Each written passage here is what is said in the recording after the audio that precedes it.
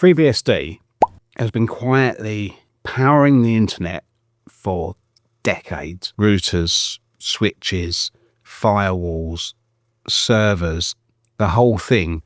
But just how healthy is it in 2026? Let's find out.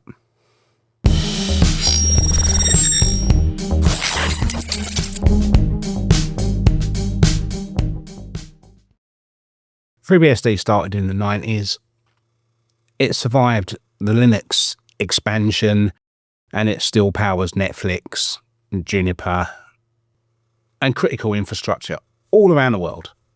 The long-term stability of FreeBSD, in my opinion, is unparalleled. It just keeps going. You can leave it for years and years and years, and it will stay just how you left it. There are uptimes that are ridiculous that I've seen. But does that really mean anything? Uptime? Not really. If you've got long uptimes, you've probably sacrificed some security along the way. It's probably not up to date. It's probably not patched or anything like that. So if you haven't got your security and your vulnerabilities all patched, uptime means nothing. Sure, you can leave it and it will carry on operating, but what's the point in that if anyone can just come along and with malicious intent take it over? That's a possibility. I'm not saying that would definitely happen, but it is a possibility. FreeBSD has a small but almighty community.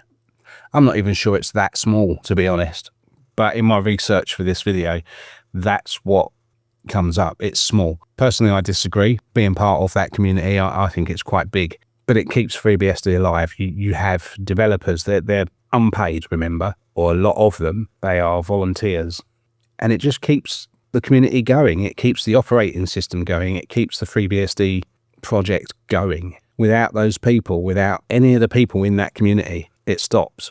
You know, they have mentor programs. They have a very welcoming community, and that is one of the best things about it. And there are a lot of us now starting to pop up making videos, which is just great.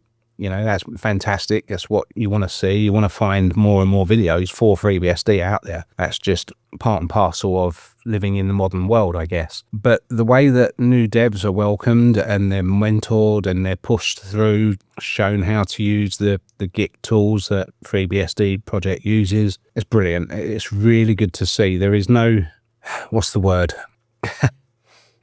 I don't really want to say what I actually think. There's no one-upmanship.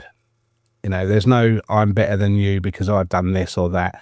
The information is passed down to the developers, which is then passed down to the community as a whole and the people on the forums and on mailing lists. The information gets out. And of course, that there is also the handbook, and the handbook is massive. It's updated fairly regularly, but a lot of people will tell you that one of the reasons they use FreeBSD is because of the handbook, because the information is vital to keeping things going. It's vital to setting things up, and without that information, how can you set anything up? It doesn't work. So in that aspect, because there is such a big and friendly and welcoming community, it's thriving. And I'm sure a lot of you are not surprised by just how many companies rely on this quiet giant of an operating system. We all know that FreeBSD came up in the 90s. It's derived from the 386 BSD project created by Nate Williams, Rod Grimes, and Jordan Hubbard. And they did that so that there was a freely available, stable OS for x86 hardware. Since then, it's evolved into a platform used for networking, servers, embedded systems, gaming systems. Don't forget that one. And in 95, they started using 4.4 BSD Lite. So it has a long lineage, and it quietly, with no fanfare, powers some of the things that we take for granted these days. Without FreeBSD, there would be no PlayStation.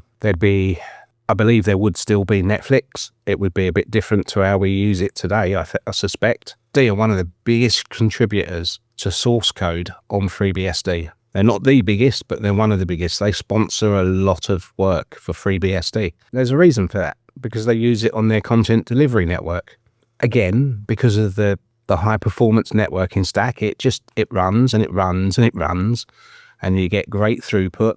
I've seen some figures recently that I can't even remember where I saw it. I think it was a YouTube video. So take it with a pinch of salt. We all make content to fit our own narrative in a certain way. And I guess that's the same way with everything in life. We all do that. We fit facts around our own narrative. Whoa, nearly lost my coffee. Can't do that. But what I saw was that it was almost double the throughput. Same network card, same hardware for the rest of the system, just the different operating system, and the throughput was nearly double. It wasn't quite, it was like 75%, something like that. That's quite incredible when you think about it. And the only difference there is that the operating system has different drivers. Drivers on FreeBSD are written by the core development team, the ones that actually write the operating system itself. And it's no wonder, going by that model, that things are more integrated and more optimized. Drivers on other operating systems generally are not developed by the same people.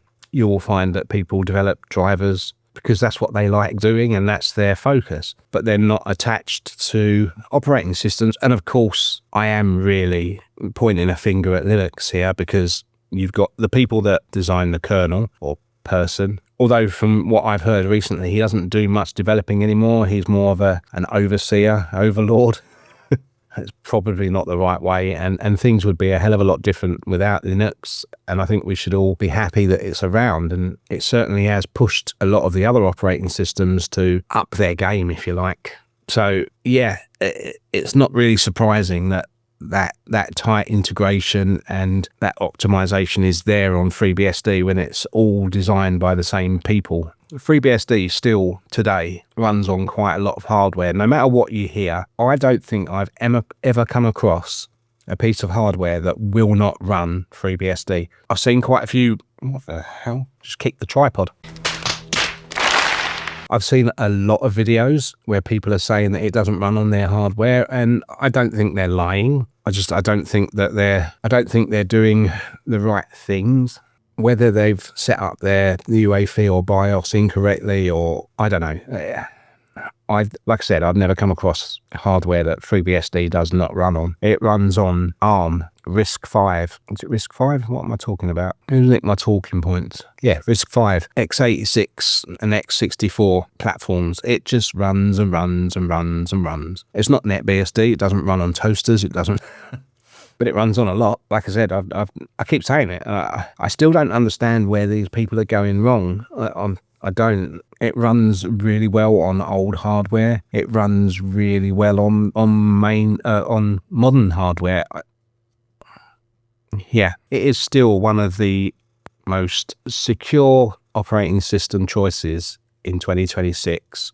One of the biggest features, and this generally doesn't happen on Linux, on Unix-based systems or Unix-like systems. But if you get ransomware that encrypts all of your data, you've got snapshots that you can fall back on because you're using ZFS, unless you've chosen the other file system. But generally speaking, the fact that ZFS is built right into that operating system keeps a lot of people around, because ZFS is just phenomenal. Yes, a lot of the other file systems and volume managers are starting to catch up to ZFS, but the fact that it's so tightly integrated with everything that FreeBSD does, virtualization, jails or bhyve, whichever one is your poison, that keeps people very loyal. It's one of the main reasons I use it, because if I ever do make a mistake, I can roll back to a previous snapshot and I don't have to really worry too much. So just for my own curiosity, I want to have a look at companies using FreeBSD very, very quickly. Okay.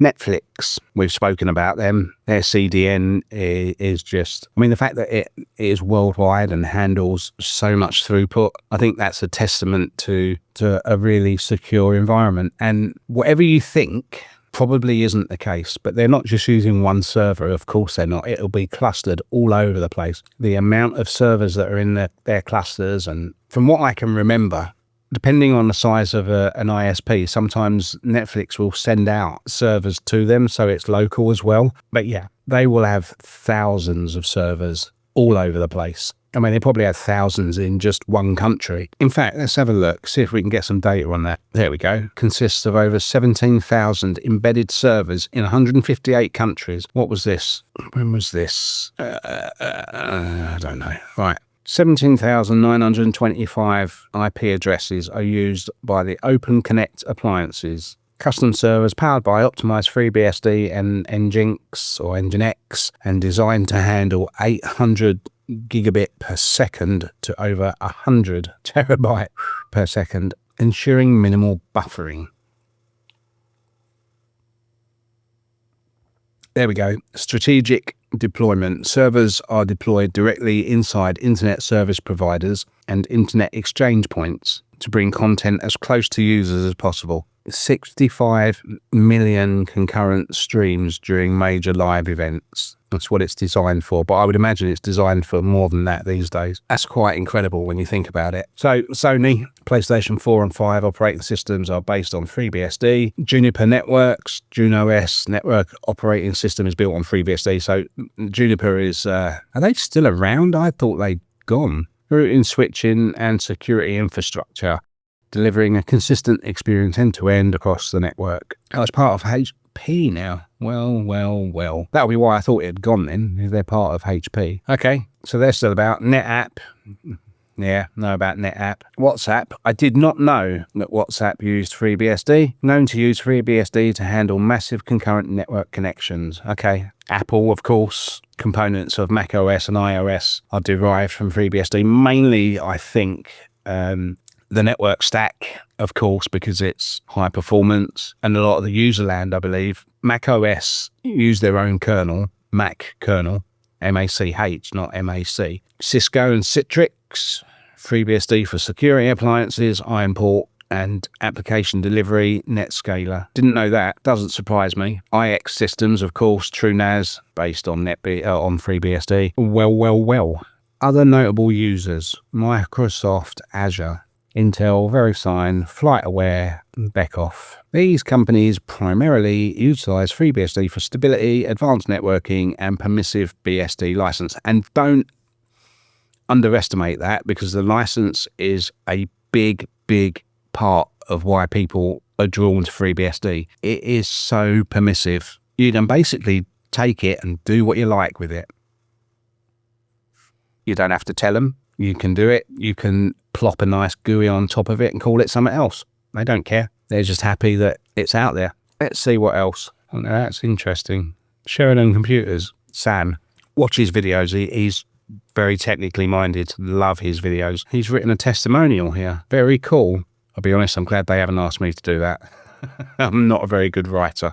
NYI. What is NYI? Managed Service Provider. Yeah, like I said, Beckhoff. Oh, now that's interesting. So, they used Windows CE, and obviously that's going or gone now. When was that? I bet that's probably gone, isn't it? 2024, it's 2026. It may well have gone already. They looked elsewhere for an operating system. NetApp, Metify. Okay, NetApp, of course. RGNets, FreeBSD to build the future high-performance edge networks. Yeah, there's loads here. And, of course, Netflix. So, lots of them. There are financial institutions that use it. There are ISPs that use it. I would love it if I found out that my own ISP uses it, because maybe I could actually help them. Who knows? I'm not a professional on FreeBSD, so probably not. I'm a hobbyist. I'm a YouTuber. Oh my good God. When did that happen?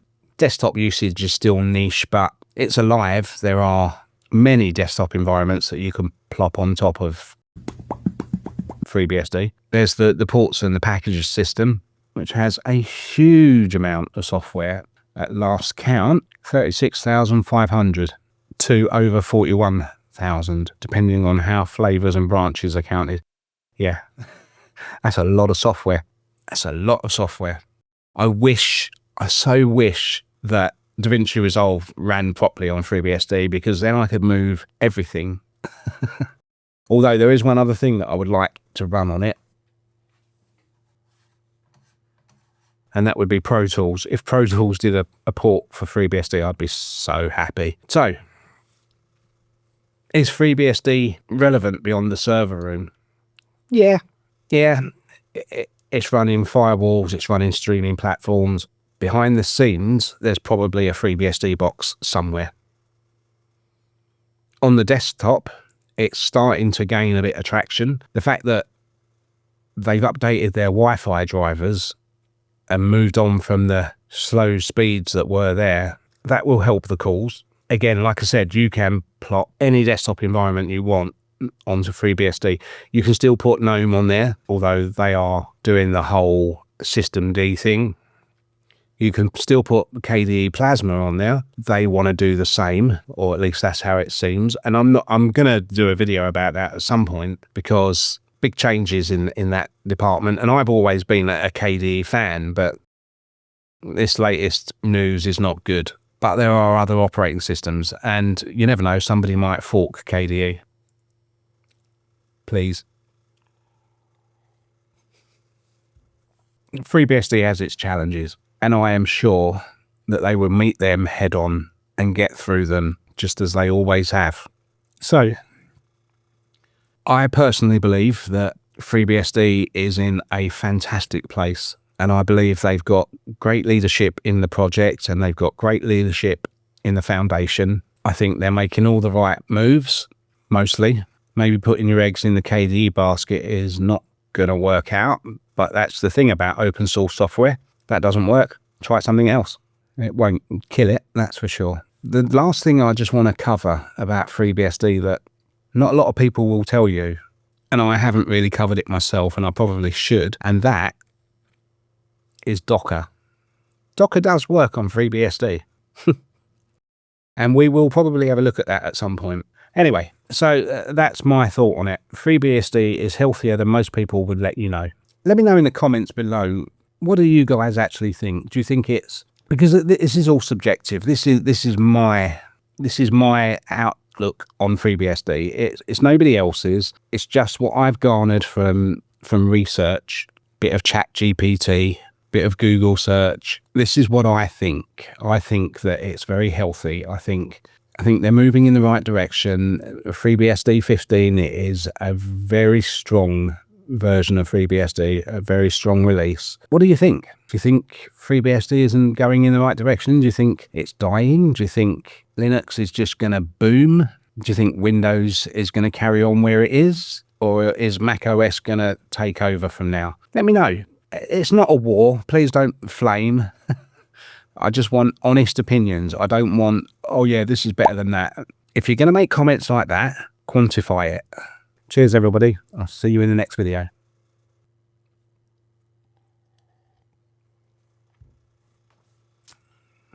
Bye-bye.